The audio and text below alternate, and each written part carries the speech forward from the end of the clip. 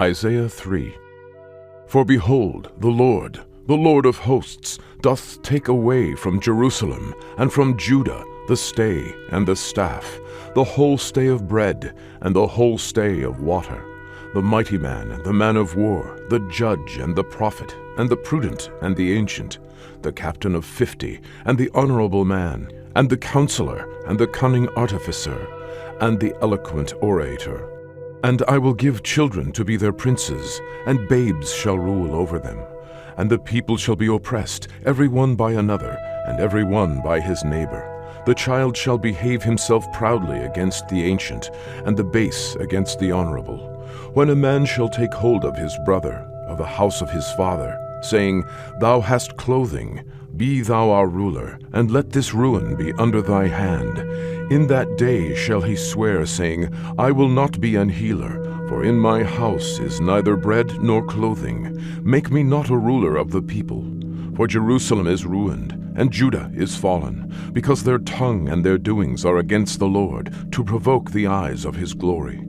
The show of their countenance doth witness against them, and they declare their sin as Sodom, they hide it not. Woe unto their soul, for they have rewarded evil unto themselves. Say ye to the righteous, that it shall be well with him, for they shall eat the fruit of their doings.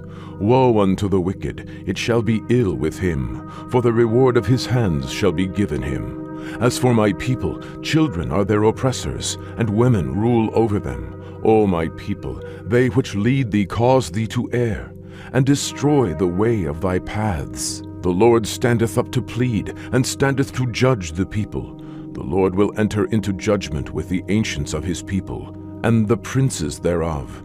For ye have eaten up the vineyard, the spoil of the poor is in your houses.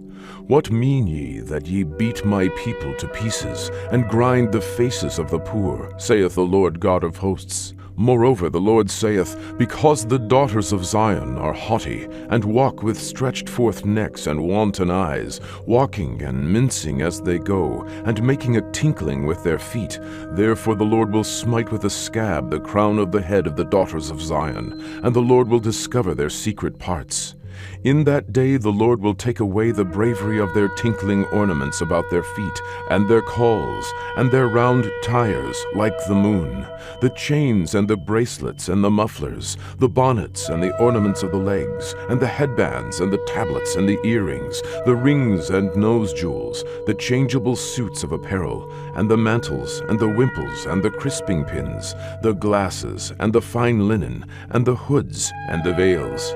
And it shall come to pass that instead of sweet smell there shall be stink, and instead of a girdle a rent, and instead of well-set hair baldness, and instead of a stomacher a girding of sackcloth, and burning instead of beauty.